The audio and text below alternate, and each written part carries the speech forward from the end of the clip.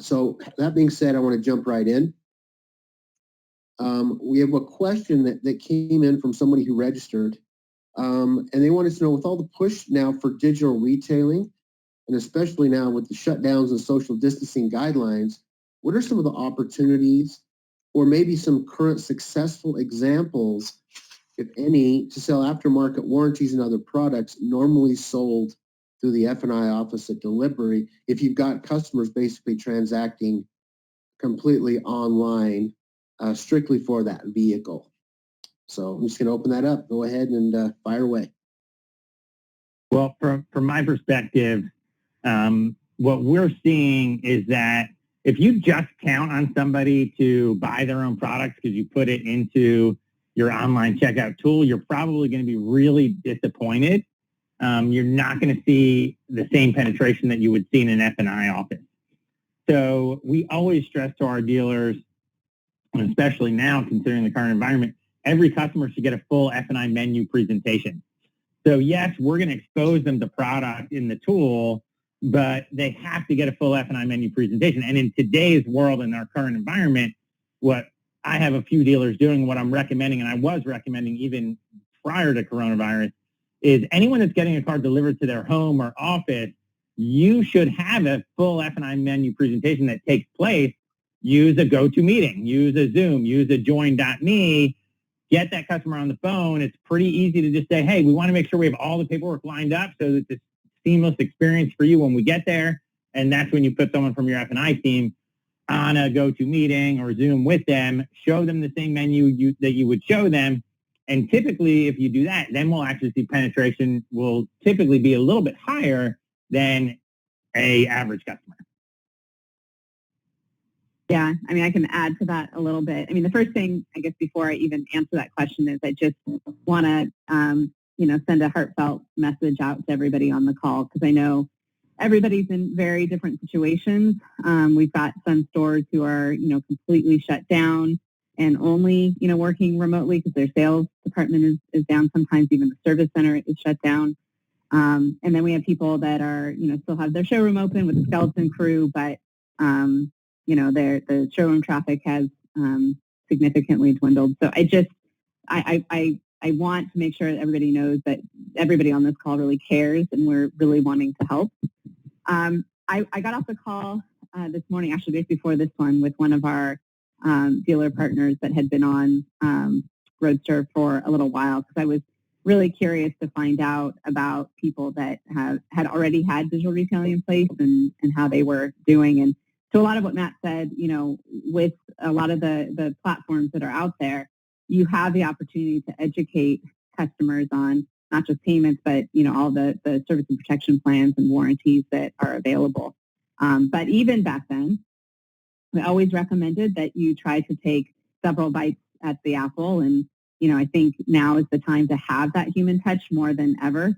So, whether you're walking them through or guiding them through, and you've got an internet or BDC team that's working remotely and they're on the phone with the customer or screen sharing with the customer or video conferencing with the customer, there's an opportunity to really talk about protection of your vehicles right alongside. Because the reality is that we're still seeing, people shopping. We're still seeing people, submitting leads and starting orders online, even if the showrooms are not as busy. And so you want to make sure that you are preparing and are prepared to walk somebody through that virtually.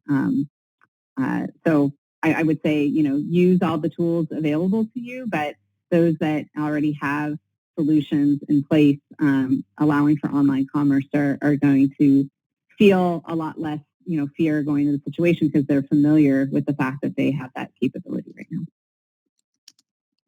Matt, thoughts? So I think, my two friends here had some good thoughts to share as well. And I've spoken to a lot of dealers, and unfortunately, in Michigan, where I'm from, everybody's pretty much shut down now pretty bad. I was actually talking to my brother-in-law, owns a dealership about 1 mile outside of Detroit proper. And he's got everybody off except for one person.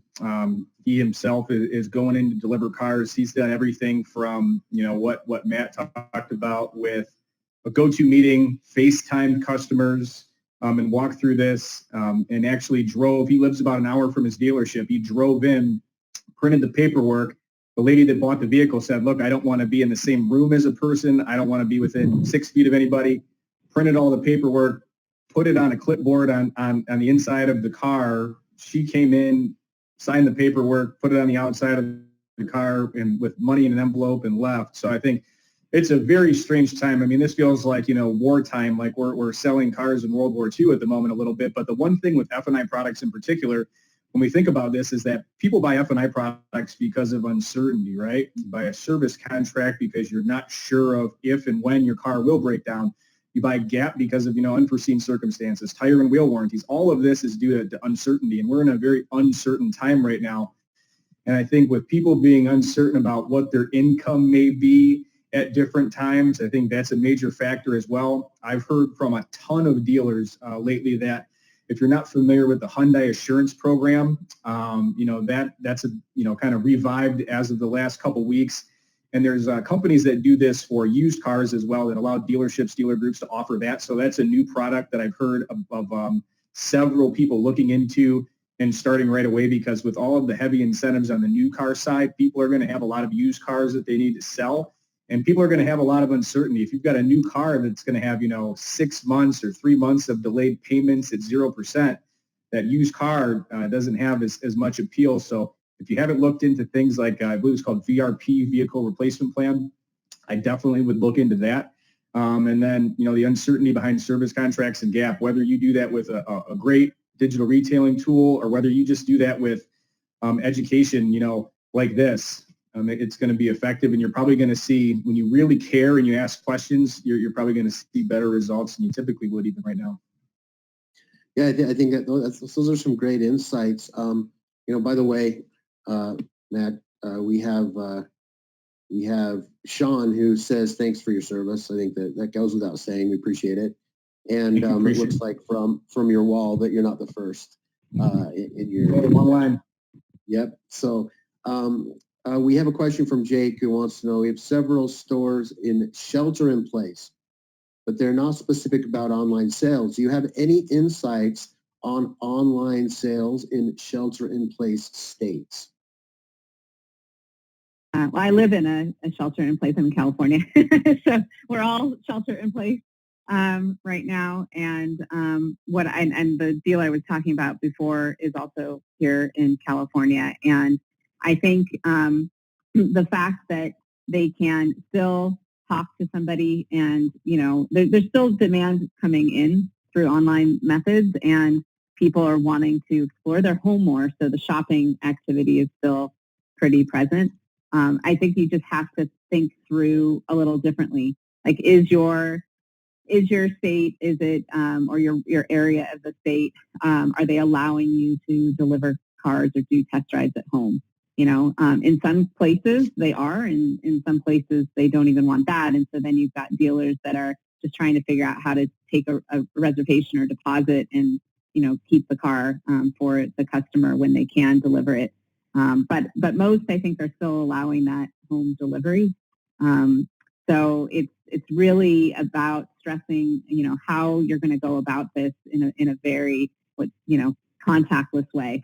How do I like that example? I thought was really great from before, where, somebody comes to the house and you are making sure that you're reinforcing with your messaging what you're doing to protect the customer and, quite frankly, your employees. I've been talking to a lot of dealers too that are saying, we're just giving them the keys and letting them test drive the car, because not only does the customer feel more comfortable, but I don't know that I want to put my employee in the passenger seat of that vehicle either, just for safety purposes. So I think that you've got people that are home, they still have needs, and you think about the people that even in these shelter at home locations that work for the hospitals, or any of the essential businesses that need to stay open.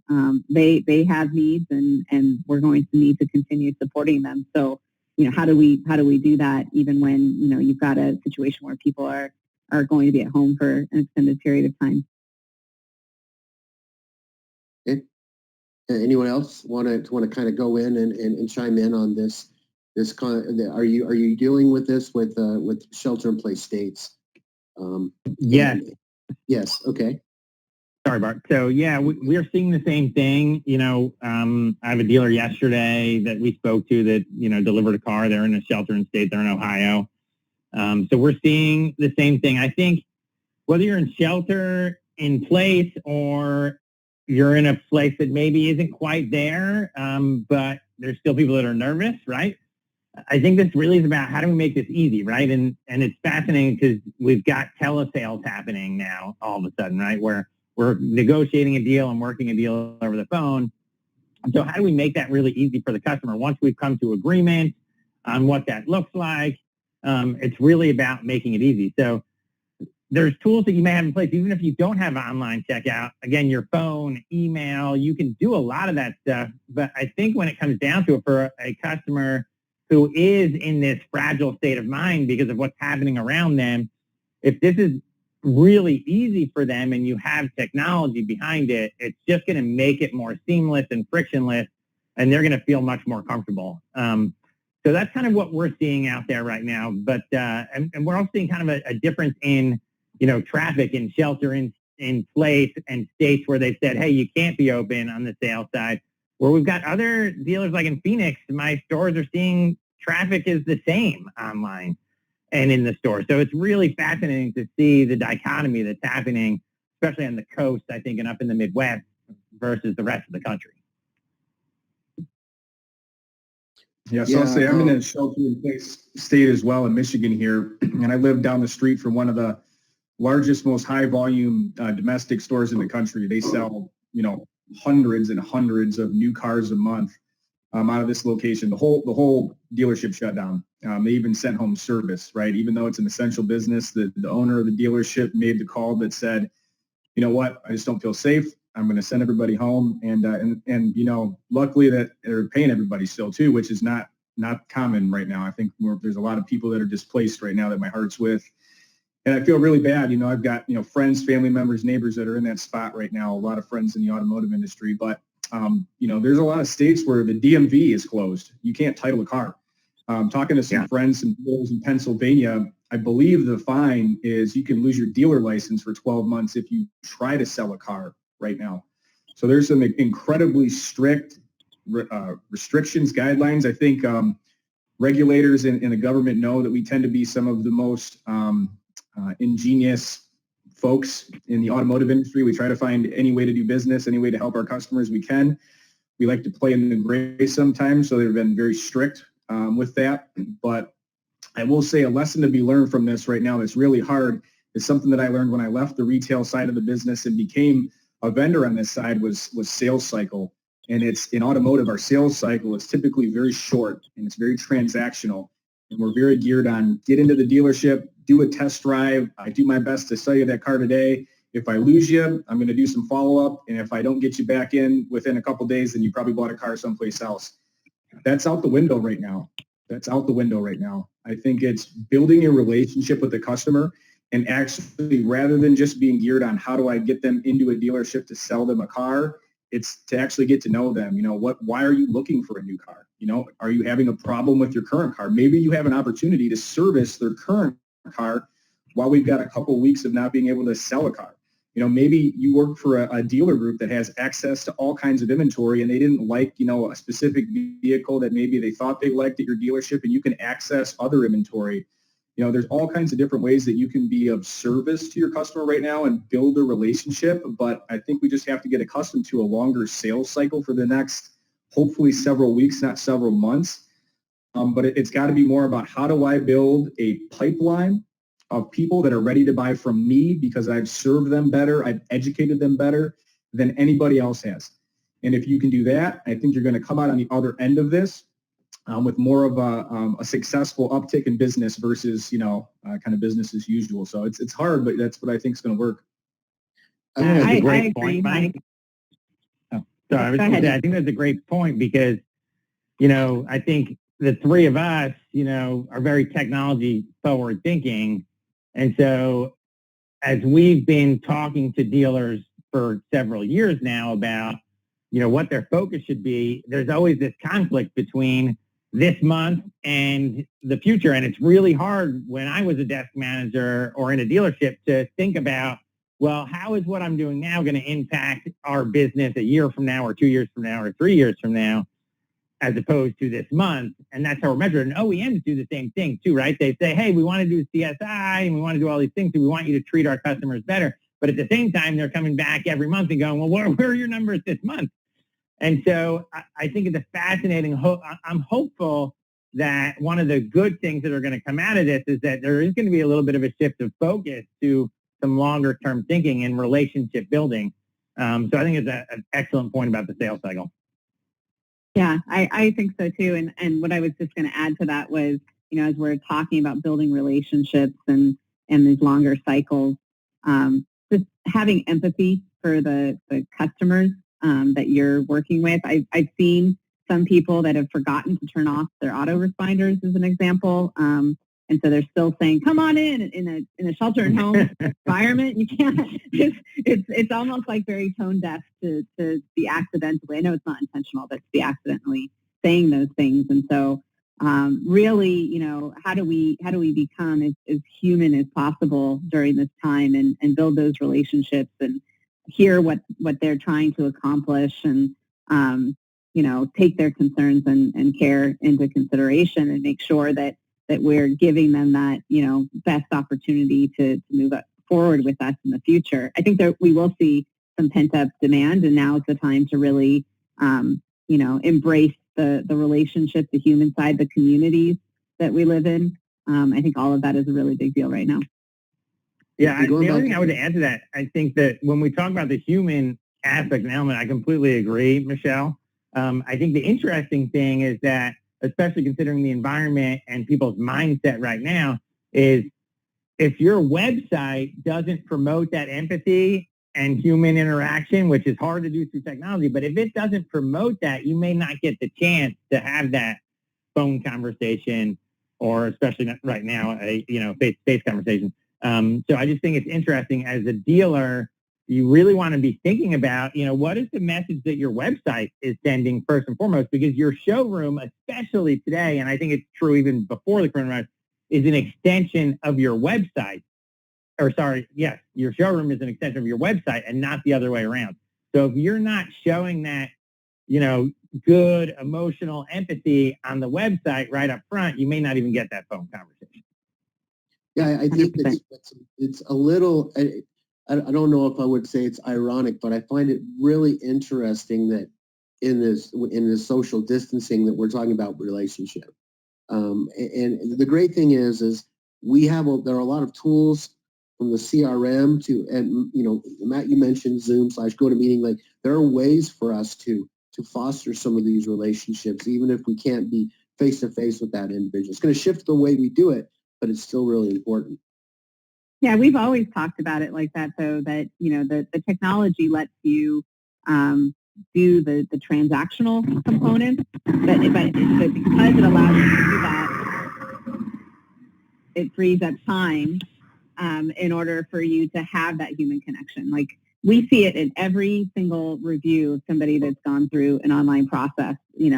Bart was there for me today. Mike really, pulled through and he was so helpful, or, it's just, I think that we have this thought that technology limits relationship, but I actually think it helps us embrace it.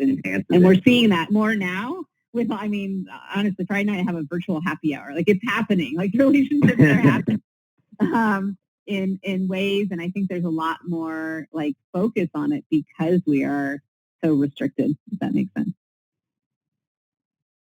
Here's a question, Michelle, you can probably lead with this because it's basically directed at something that you said last week, but I definitely think, Matt and Mike, you can chime in too from a DR perspective. So you said that you saw a 6% bump in engagement last week. Has that been sustained, and have the other two, have you seen with your digital retailing tools or offerings, have you seen a bump? Yeah, so we've been watching the traffic, I think was what really was talking about then. So the traffic of people still shopping online and, engaging in deal-making activity. And across the nation, it's actually doing pretty well. There's, we've been, last week was different than this week, as you can imagine, which will be different than next week because things are evolving and changing so quickly. But nationally, we're holding our own.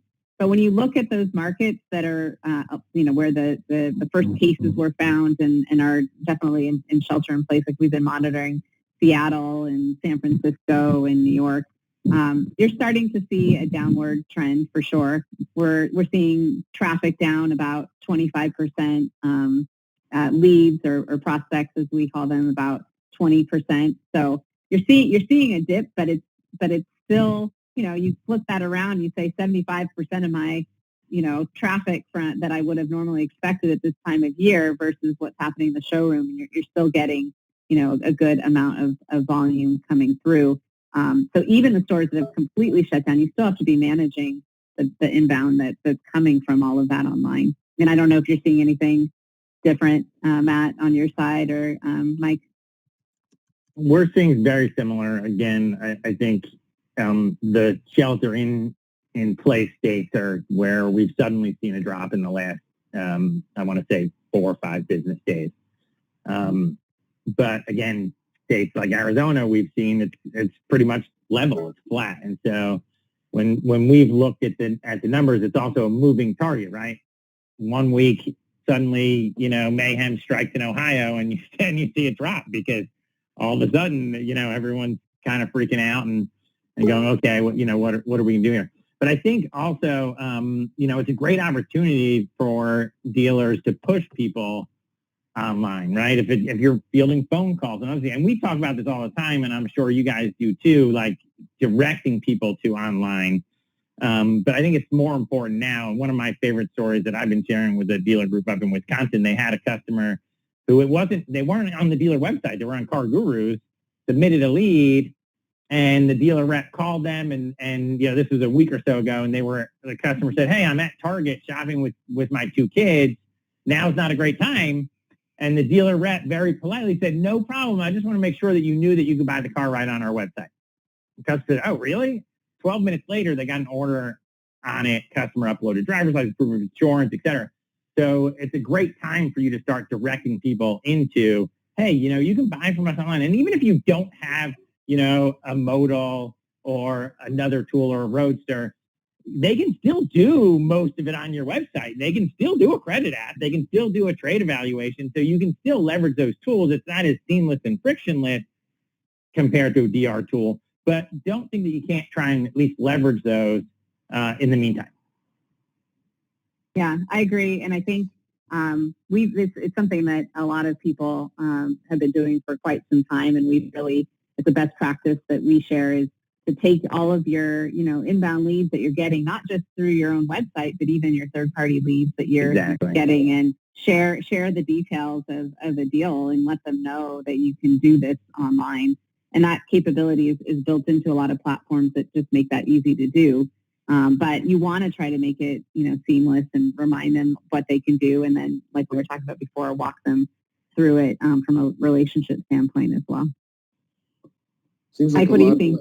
Yeah, it seems like a lot of what you're saying, and Mike will get to you, but there's a lot of a really big need from an employee standpoint, be able to communicate to the customer. Well, we're in this situation right now. Here's what we can do. Here's what you can do, and just building that relationship off of that communication.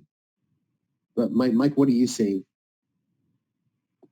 Our data, I would say, is a little skewed. We launched our newest tool at NADA, and then we offered it up to our current customers that are using inventory management and merchandising tools of ours to use during this period of time. So we saw a big spike in dealers that were using the tool overall. So when we compare even week over week numbers, they look astronomical. But when I compare store to store numbers, really to the same data points that they spoke to is, some states were flat and some states were, they fell off. They sent everybody home, they laid everybody off, and it was close to nothing. I think we're going to see things start to tick back up again a little bit, because with some people that are still employed but working from home, there's a lot of collaboration that you can do, even if your BDC folks or your sales folks, or if you just kept on one person, working with your customers from home. they can answer a lot of questions. They can proactively reach out to people and consult with them and say, hey, I saw you were looking at this, 2017 Honda Accord.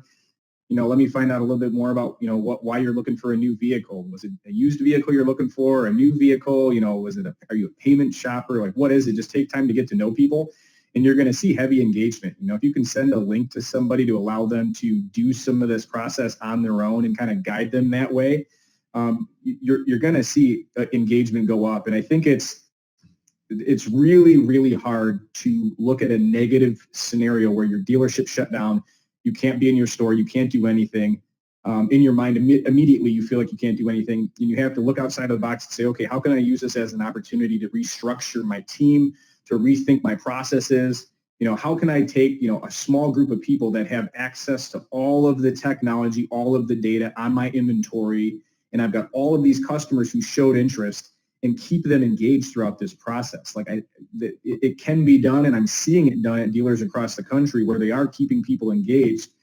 And even Cox, their economist, Jonathan Smoke, released a video, I want to say a couple days ago, that even speak to the majority of people in a survey they did are still planning to buy a car. Now, that's the people that are planning to delay it still, it's an increasing number, but there's still a majority of people are planning to still buy a car, not delay the purchase. So it's just a matter of how easy can I make it for them. And if you can make it really easy, if you can educate them about your tools and not just say, well, hey, I've got it on the website that we can help you, but proactively maybe walk them through how easy it is. You can be a lot better. Michelle brought up a great point about the autoresponders. If you take the time to go through your CRM and change up what those autoresponders are for the next couple weeks from, hey, come on down, we've got a big sale, well, $1,000 towards your trade, or whatever those, generic autoresponders are, and you talk about, look, this is a 4-step process, or this is a 3-step process, here's how this works, and you walk them through and you keep that message consistent. What we're seeing is that all types of communication are kind of thrown out the window a little bit. Clearly, calls are from an unknown number aren't being answered as much right now. Email communication, we are seeing email communication. More emails are being opened because, look, I'm sitting on my couch sometimes with this thing, and it's pretty much glued to my hand all the time, right? Or I'm on a computer way more than I would before. I'm not in a meeting. I'm not on an airplane. I'm not running from here to there. So that's everybody. They're going to be in front of their screen. So email communication, text communication, chat on your website. If you laid everybody off, keep one person to man your chat, because the worst thing that can happen is you've got an engaged, interested customer, a need buyer that's trying to chat with you, and nobody responds, or it's just, the generic response that comes on there. You could lose that one customer that's going to mean a whole lot this month when it comes to paying your bills. Yeah, I agree. The only caution I would just give to dealers is, yes, email, stay in touch, and especially people that have reached out, but also be conscious of the environment, and to make sure that you're not being overbearing with sales messaging, right? Because I don't think that's going to be received well right now unless they've already inquired about something. But I agree, there's a lot of tools there. So this just to kind of follow up on what you're saying, this is from Ron. How do we find that tricky balance between being aware and conscious of the current state of the customers' anxieties and the market, and at the same time drive business, try to communicate and market to these people to drive business while being conscious of these anxieties? What do you think? I think it starts with what we were talking about before, which is just empathy and caring, right? I mean, at the end of the day, there are still people that are their lease is literally up, and they're going to have to figure something out during this period. You've got people in for service, if your service bay is still opened, and they're getting these huge bills of how much that's going to cost, and maybe it's more cost effective for them to get into a different vehicle than to repair the car that they have. So there's all these situations. I think it just starts with the empathy and awareness. One of the things I was actually going to mention before when Mike was speaking was, the other thing that you have is information is always power. And a lot of what you're seeing in the shopping behavior is now very much exposed to you in tools and availability. So you can know what they were looking at, what they were considering. And that information is really powerful in this point in time as well. Because if you can see that they looked at this car, then they looked at this car, maybe they were on the fence about a warranty and then they pulled it out.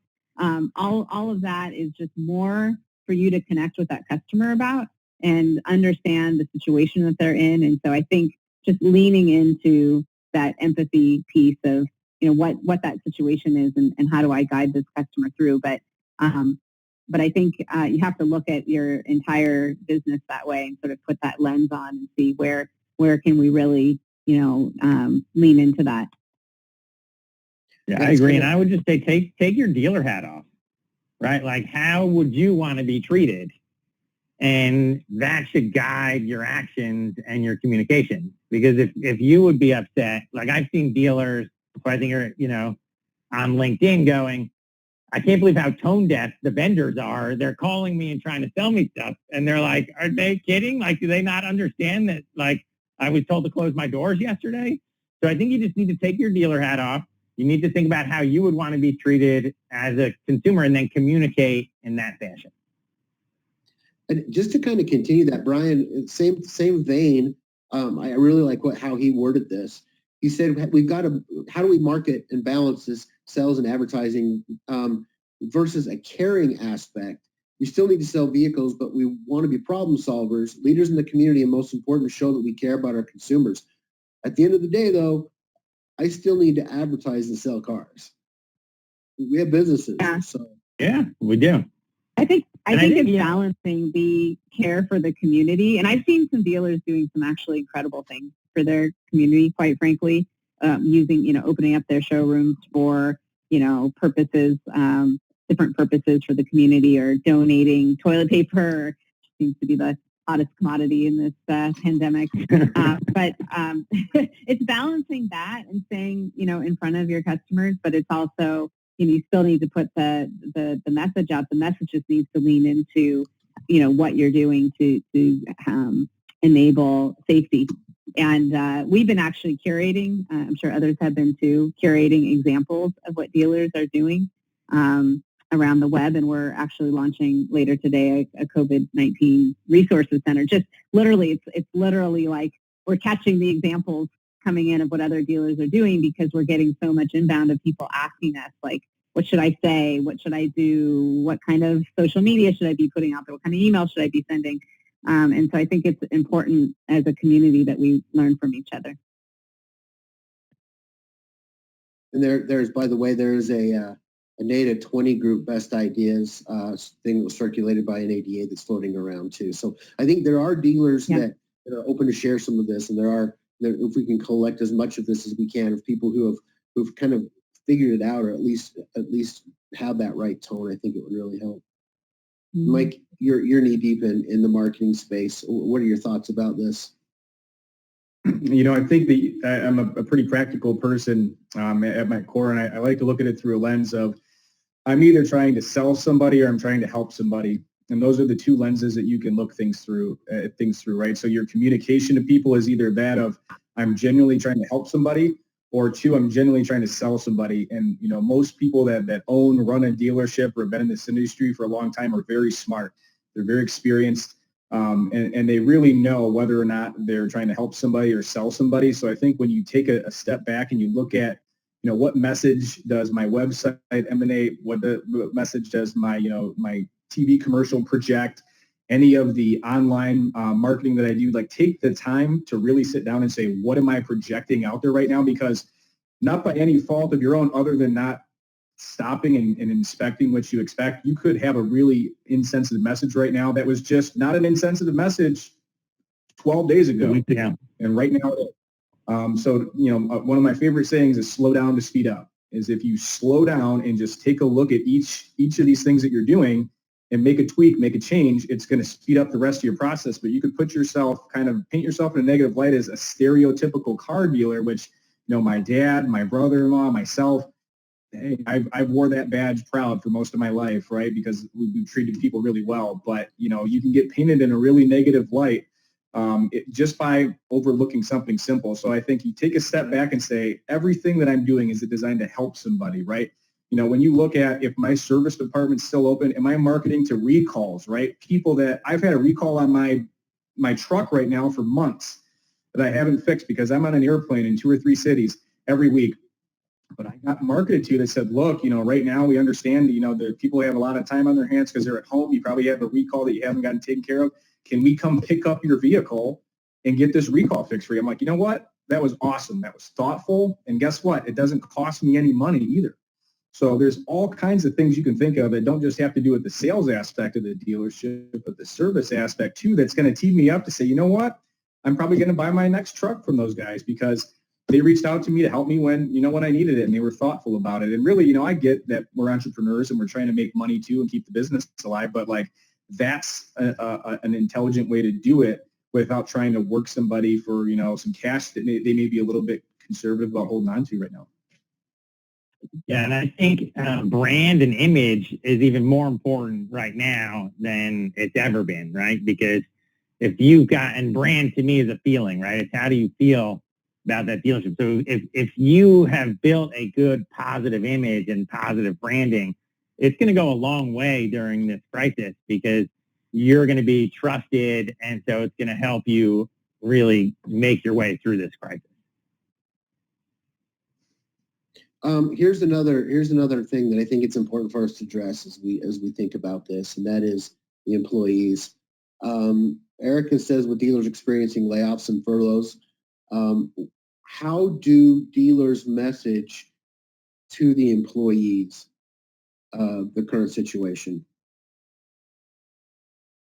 Yeah, that's a tough one. That's a hard one, right? But I think that what I've seen, and a group that I used to work for, at least in my market, sent their sales teams home for 30 days. And it's an incredible organization that I work for. It's one of the best out there. They actually had a pension for me in 2005 as a salesperson, if you can imagine. So, but I think what they've really messaged is that this is short term, and we need to be in a financial position to bring you back into the fold and bring you back into the family. We are not taking this lightly. This is not something that we want to do or had foreseen doing, but we need to make sure that we're in a position as this passes that we can employ all of you again. And I think that's the key message that I've seen from my dealers that I think are doing it right, where, and I've seen, one of them I was a party to, and, they were in tears as they were letting these companies go. And this one particular person, he is positive. He has coronavirus. He's running his dealership from his home. And he had to deliver this message via Skype and GoToMeeting to, I think he let go 35% of his employees. And he was in tears. This is not easy, but I think it goes back to, I'm going to steal one of Michelle's words, which is the empathy, right? I think that's the critical thing, right? Is you have to do it in a way that really provides empathy. And I think, in most cases that's really there. So I don't think, it's not something you need to fake. We're all feeling it, right? So I think you just need to be real about it, explain the situation. I think they understand the situation, and we're going to get through this together. And hopefully on the other side, everyone's going to be employed again, and hopefully we'll come out stronger. And I believe strongly, I really do, that we will come out stronger as an industry because I believe, are going to be providing a much higher level of service to our customer base, to our dealers, to our dealer bases, vendors, and also, I think more importantly, to the consumer. Yeah, anyone else have anything else to add on this messaging and communication to employees during this time? I would just say, I think I think that everybody understands what's happening right now. It's not easy, so it just sucks that those types of things are happening and people are being put back out there during these times. But it's such a challenging time for everybody. I think having that empathy, like we talked about. But I also was talking to David Kane yesterday, good friend of mine.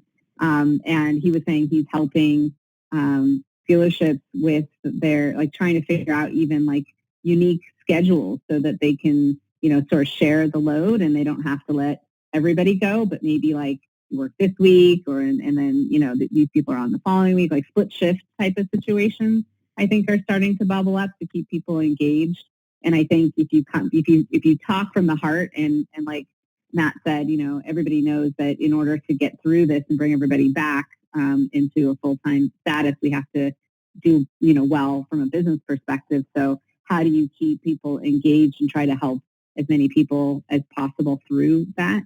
And just get, a little creative and make sure that you keep people on that can really help you get through this time right now. And I think dealerships really depends on the situation. I think that's the hardest part. Like I've seen some people where they just, they're keeping people on even though they're at home.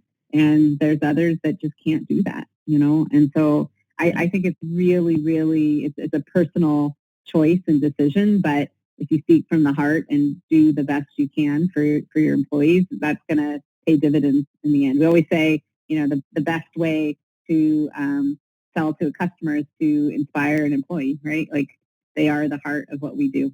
So.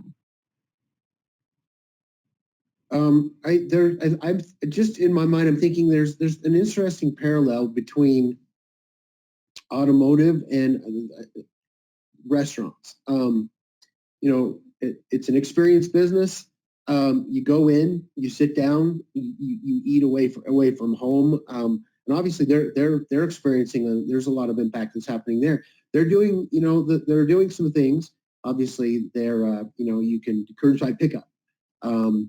You can go through drive-throughs, but the DoorDash I'm sure is doing pretty well right now with the in-home delivery. And someone wanted to know what are some things that you're seeing or that you feel a dealer needs to do to communicate for a pickup and drop off element on fixed ops to communicate that safety and make sure both the customers and the techs or the people picking up the vehicles remain safe. Well, the face of your website should not look like it did 2 weeks ago. That's the first thing that I would point out, right? Because they're going to go to your website first. So the face of your website, that front page should be all about that. It should be, we deliver, we pick up for service. So that, to me, is the best place. And then I think once you've got that messaging, then you can create landing pages around those things, and you can then make those clickable links. But, your website is going to be the best place for you to do that. But obviously, you can also do it in email campaigns. You can do it in Facebook campaigns. You can do it in any of your marketing that you're doing. Obviously, that is assuming that you can create that media message, depending on whether we're talking, TV's going to probably be a little bit more challenging right now, depending on what your video looks like. But I think, again, first and foremost, website. Your website hopefully doesn't look the same as it did 2 weeks ago. And then there's other ways for you certainly to get that message out. One thing I've been. Oh, go ahead, Mike. Okay. Being that we're in the syndication business as well, the inventory management and merchandising business, kind of at a step back, everything Matt said is awesome, will work incredibly well, and I'm going to take kind of a level deeper dive into it, is that we have seen some dealers changing their photo overlays that not only show up on their website, but on third-party sites, and then asking us to update their comments, so that anything that not only shows up on your website, but on your third-party website immediately speaks to the fact that you can do, buy from home, at-home delivery, buy safe, whatever that may be. If it's on your photo overlay and it's in your comments, it should be syndicated to every place that gets sent to. So when a dealer, takes the time to do that, their customers are going to engage with anywhere that their vehicles are listed. A customer is going to have a really clear, consistent message there. And I think that was something that I don't know if I would have thought of on my own. So kudos to the dealer that thought of that. But it's phenomenal advice. It's easy to fix no matter who you use for syndication, right? You can do that while you're on the call right now. Email somebody and they can get on that for you right now. And that's brilliant, Mike. I'm writing it down. I'm going to share that to all my dealers. Thank you. So Michelle, before your comment, I think to kind of echo that, don't forget Google My Business. That is an opportunity. You mentioned email responses, automated responses. Google My Business is a great place for you to do that same type of syndication. That's where a lot of customers are going to go, and I just want to make sure that that doesn't sit as it's been. 100%. Yeah, go ahead, Michelle. Yeah, especially when people have to update that their showroom is closed, right? Like their hours are going to be different. It's so critical in Google My Business to put a message in there that just, you know, even if all it says is, you know, the showroom's closed, but our digital doors are open, you know, like it's definitely there. The other thought and idea that I had, and actually I saw a dealer partner of ours do something like this yesterday, is if you've been offering anything like what people need right now, so let's say you've always done home delivery, or you've always done a virtual, you know, a test drive at home, or you've always had, you know, the ability to buy online. The time to pull the customer reviews or videos if you've done it recently or during this time, because the human aspect is so important. If you've got a review of somebody that said, hey, it was so easy, you know, they brought the car to my house, or you've got pictures of the car delivery in somebody's driveway, or you know, the one I saw recently was actually they brought the car and did all the paperwork, and they did a video of it. It's actually a purchase that happened surprisingly in the last couple of weeks. But that's really going to be a lot of gold for people right now, is to lean into those people in the community that did buy this way, because it's not just like, hey, we're just saying this now because we're in this pandemic, but we've always done business this way. And let me show you customers that have experienced that previously. I've got a comment from Terry, and this is what I love about this business. I spent 12 years, I don't know, every time I say it, it gets bigger, the number gets larger, but I spent over 10 years. But you don't get older. Yeah. You don't get older. I spent 93 years in retail, but I spent quite a bit of time in retail. And one thing that I love about this business, this is from Terry. Terry's in Pennsylvania, and if you've heard, you know, where their situation. Yeah. And we're PA. We're shut down for both in-store and online. I'm in BDC, and all I can do to be optimistic is schedule appointments for the future. Customers seem to be more willing to do that, and it's giving them hope. April is filling up for appointments. So that's one of the great things about automotive is, you know, we find a way. And so kudos to you, Terry. I think that's a great idea. You know, kind of capitalize on some of that pent-up demand that will come by taking care of customers today. Yeah, I would just add to that. That's amazing that they're scheduling appointments that far in advance. There's also things that they can send those customers to do right now before that appointment. And so the more you can keep them engaged, because, I mean, God forbid, but it is possible that come April, we're going to be in a similar situation. So then those are going to move to May, and God forbid that it has to move further, right? Like, hopefully none of that comes to fruition. But if you want to keep that engagement, I think there's things that those customers could be doing ahead of time along the way. Matt, Mike, any comments on that? I think it's brilliant. And I think, look, there is a lot to look forward to, right? I mean, one thing that I've been sharing a lot that most people don't know is in the last Great Recession, e-commerce grew faster than it did both before and after the recession. And I think we're especially going to see that in the automotive space because of, frankly, where we were as an industry. We were a little bit behind, right? So we've still got a lot of growth to do. So I think that we're going to be able to see that. And I also think, and some of you on this call, I think are, you know, obviously in worse positions than other dealers. But I think if you are in a really strong financial position as a dealer, this is actually going to turn into a huge opportunity to grow market share, because it's in downturns that marketing tends to get less expensive. Now, granted, we're in an election year, so, you know, some marketing may be flat where it should have gone up because of the election year.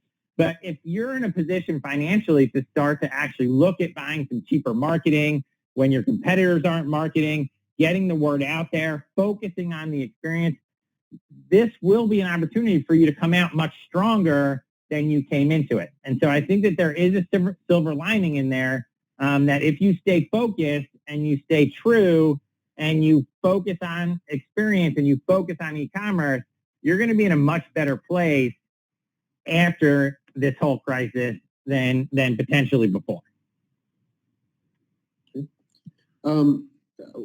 Real quick, I've got just a couple of housekeeping items, and then I want to get final thoughts from everyone. We've got another 8 to 10 minutes to keep this going.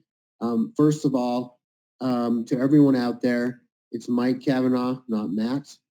The only way for us to fix this would be for him to drop off and come back on. So it's Mike Cavanaugh. We only have one Matt. Second of all, a lot of people have been asking, are we recording this? Definitely. We will make this available to everyone. We'll get this out to all the partners so that they can share this as this information has gone through. Third of all, Chelsea just mentioned this, that I saw this morning as well. I apologize for missing it after my Google My Business comment. New reviews, review replies, and all Q&A is unavailable during this time. Google My Business just announced that. I don't know if this is an ongoing thing or if this is just a thing that's announced, but that's something that's out there as well. Just those three things. So as we kind of wrap up, I wanted just to kind of get your thoughts. Mike, let's start with you, then Michelle, then Matt. Give some closing thoughts on some things that you really want to make sure that you're communicating to the dealer body right now in this time, that maybe we haven't had a chance to address, or maybe it's something that you want to underscore about the situation and about the conversation.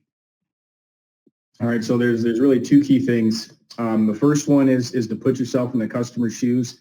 This is something that everybody should do really on a regular basis, but now is the time when we're forced to do it. So take the time to look at your website, to see what your messaging looks like, to see what does your merchandising look like, to see does my trade-in tool work. Do all of these things work the way that they were designed or intended to work? Because I do audits of dealership websites weekly. And many of the tools that you have on your website do not work the way that you intend them to, and they frustrate your customers and they leave when things are not very uncertain and stressful.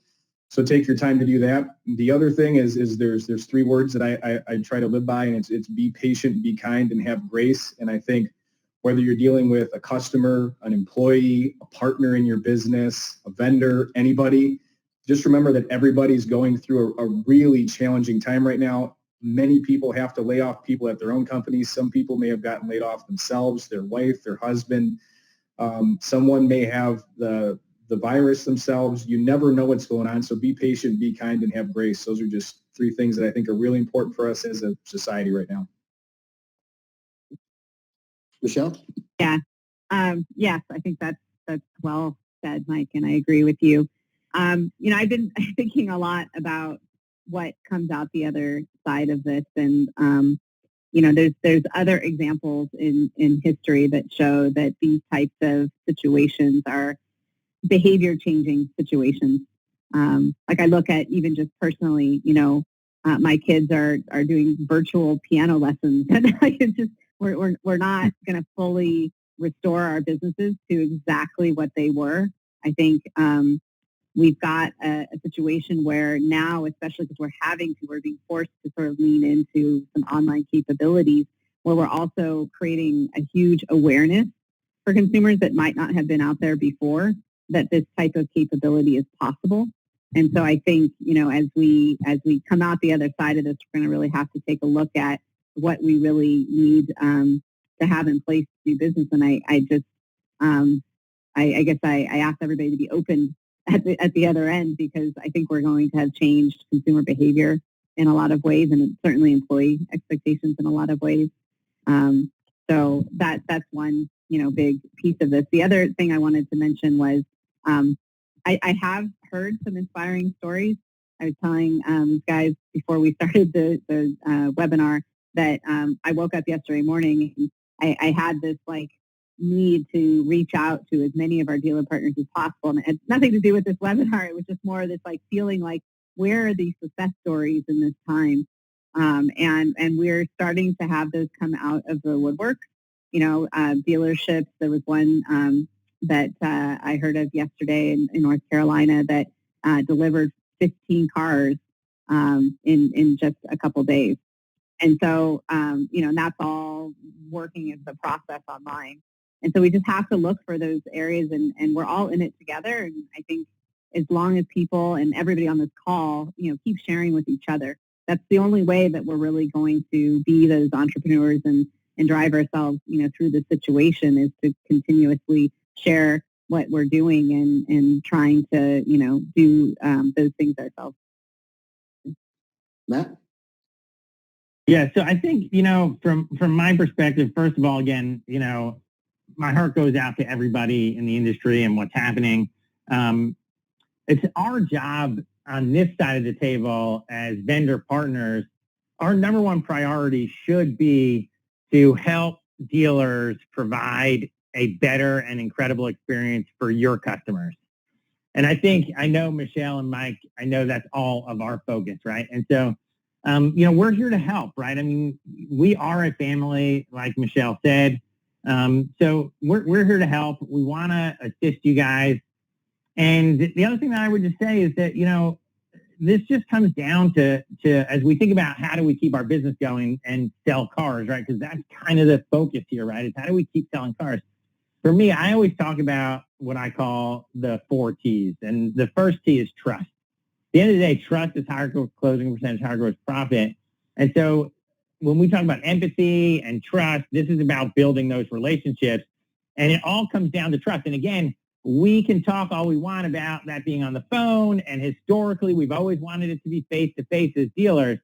But it's happening on our websites right now, or it's not happening on our website. And so we've got to be really mindful of that. And the other T's are transparency, especially in this environment. There's so much more concern and stress in the average American's life that transparency leads to trust even more right now, I believe, because they're going to be so quick to go, I'm not sure, let me shift to another dealer. Time, I think, I don't know, I'm actually crazy busy right now, but some people have more time than usual, but still time is critical. It's the one thing that is more important to us than money, right? So how do we utilize tools, even outside of digital retailing, but just in general, how do we use tools that can help us make it easier, more convenient, and save time for our customers? And then transformation, right? I mean, that's what we're going through right now. So I've been talking about transformation a lot and telling my dealers, talk about a message, when we talk about brand and feeling, message to the customer base, to the consumer, that we're transforming the way that you buy cars by saving you time and being more transparent. I think that transformation, unfortunately, is being really pushed really hard right now.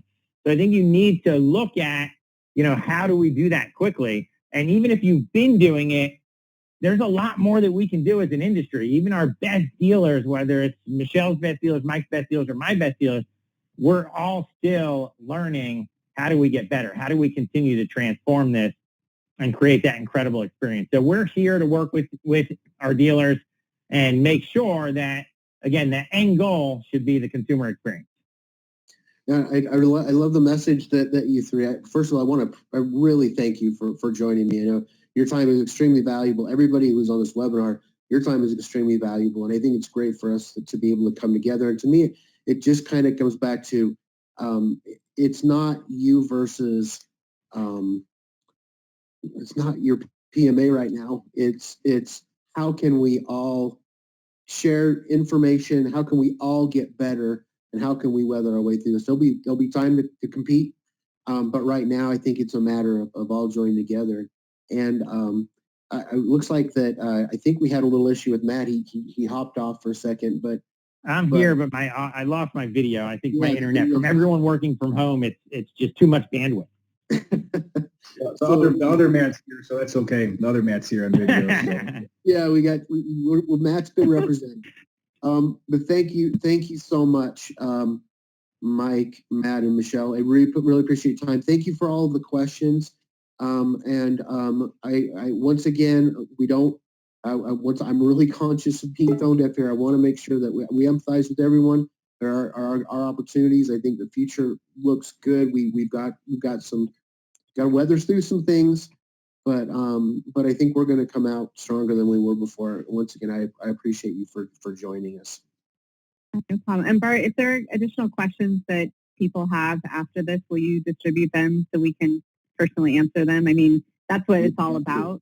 No matter what it is, it doesn't have to be related to our product or our offerings. Just because we're in touch with so many dealers across the country, we'll share, whatever the topic is that they're challenged with right now. So any questions that we can help answer, or even connect them with another dealer that might be going through something or has dealt with that, be good to be able to do.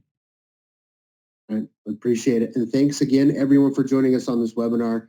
Maybe we'll do this again soon.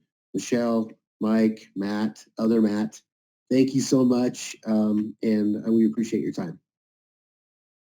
Bye. Have a good one. Thanks, Bart. You too.